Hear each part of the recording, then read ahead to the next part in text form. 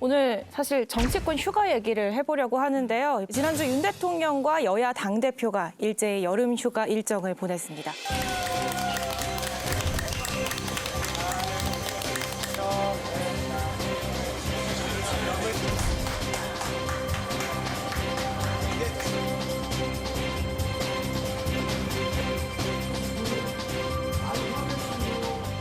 권력자의 휴가를 바라보는 따가운 시선은 여전히 존재하는 것 같아요. 이게 권력이 높을수록 더 심한데 이번에도 뭐 비슷한 비판들이 지적들이 있었어요. 일단 대통령도 자연인 사람이잖아요. 예. 그 사람이기 때문에 그 쉼이 필요하다 생각이 됩니다. 근데 이제 현실 여건상 대통령이라고 하는 직위 때문에 국정하고 완전히 단절되는 건 아니에요. 그래서는 안 되고 높은 벼슬일수록 가장 어떻게 보면 스트레스라고 하는 게 가장 아주 크죠. 예. 그러다 보니까 저는 휴가 더 길게 가는 것도 저는 우리가 받아들여야 된다 생각합니다. 지난주에 윤석열 대통령 휴가 시작했지만 사실은 일을 한 거잖아요.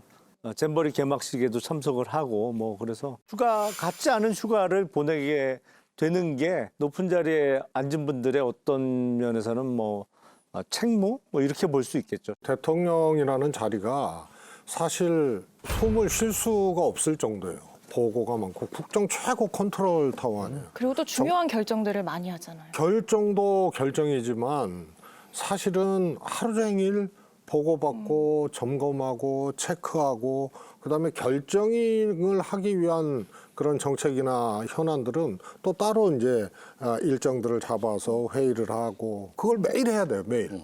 그걸 그냥 계속 되풀이하게 되면 객관적이고 상식적인 사고와 판단을 못할 수도 있다. 이런 우려들을 하잖아요. 그래서 한 번쯤 멈춤의 시간 또 이렇게 쉬는 시간들이 저는 꼭 필요하다고 봅니다.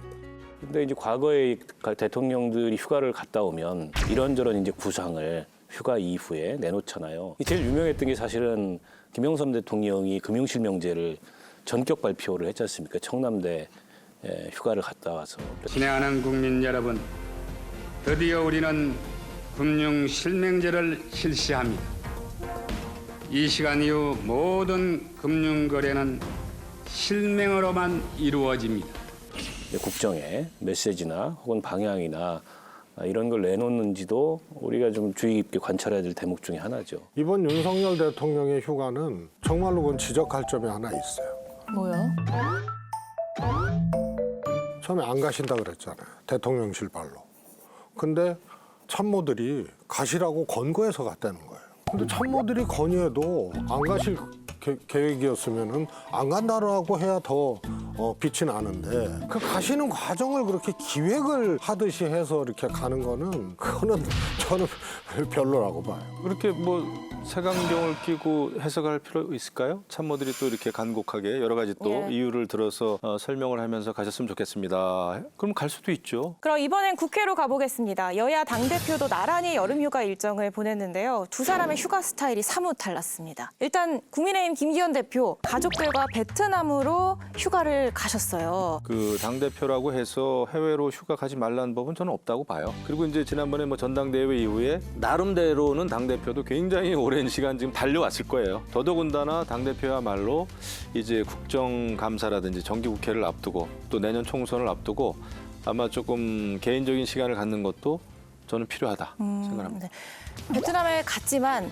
SNS로 현안에 대해서 계속 글을 올리고 있어요. 이게 뭐 당대표라면 어쩔 수 없는 건가요? 김기현 대표의 경우에 3월 8일 전당대회에서 선출이 됐잖아요. 예. 그래서 5개월 만에 갖는 휴식기이기 때문에 우리가 통상 그렇잖아요. 전화를 걸었다가도 해외 로밍되는 소리가 나오면 그냥 끊잖아요. 그러니까 본래 의도는 철저하게 쉬자였는데 그게 마음대로 안 되는 상황 아닌가 싶어요. 근데 이제 기왕에 저렇게 가족들하고 해외까지 나가셔서 쉬기로 하셨으면 SNS도 그동안에 좀 쉬면 어떨까 저는 그런 생각을 했는데 또 이제 뭐 당대표나 이런 고위직에 있으면 그게 안 되기도 하죠. 보통 정치인들은 몇 월부터 며칠까지 휴가입니다라는 얘기를 안 해요.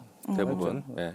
그 휴가라는 말을 쓴다는 것 자체가 조금 부담스러워요. 아니, 당대표는 말 안 하고 휴가하거나 쉬면 다 알죠, 뭐. 그러니까 뭐 휴가 어디로 간다 계획을 얘기를 하는 게 저는 자연스러운 것 같고요.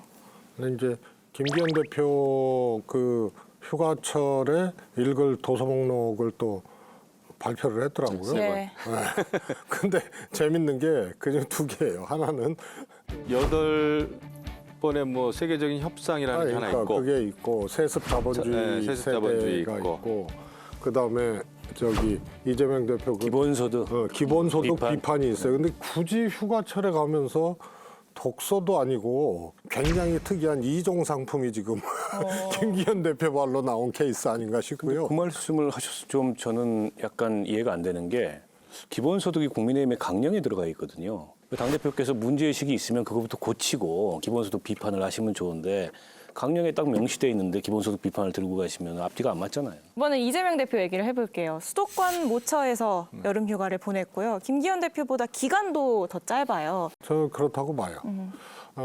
김기현 대표가 만약에 지금 이재명 대표와 비슷한 처지거나 네. 그런 이제 어려운 시기였으면 베트남으로 안 가셨겠죠. 그래서 상대적으로 당권이 안정돼 있다. 그것을 좀 반증한 휴가 풍경 아닌가 싶고요. 꼭 정확하게 뭐 일치된다고 볼 수는 없지만 대체적으로 양당과 대표의 처지와 환경이 이번 휴가 풍경으로 나온 게 아닌가 싶습니다. 이재명 대표 휴가 기간 중에 일이 많았죠. 혁신위원장의 뭐 노인 비하 발언, 현역 국회의원에 대한 영장 재판도 있고, 그러니까 이재명 대표의 현 상황은 어디 멀리 장기간 갈 수는 없는 상황이고, 그게 반영된 게 수도권 모처에서 짧게 아마 휴가 때도 머리가 좀 아프셨을 거려. 가장 중요한 거는 내년 총선일 겁니다. 지금 저는 양쪽의 당대표는 아마 휴가를 가든 뭐 수도권 모처에 있든 베트남을 가든 내년 총선을 어떻게 치러야 되고 어떤 시스템에 의해서 어떻게 공천을 해야 될지 이게 가장 클 거예요. 그걸 떠날 순 없죠. 사실 잠깐 숨을 고르고 돌아보면 보이는 것들이 있잖아요. 그래서 여야 대표가 거의 관성적으로 대립하고 있었는데 이번 기회를 통해서 그동안 보이지 않던 협치의 길이 이 눈에 들어왔길 기대를 해보면서요.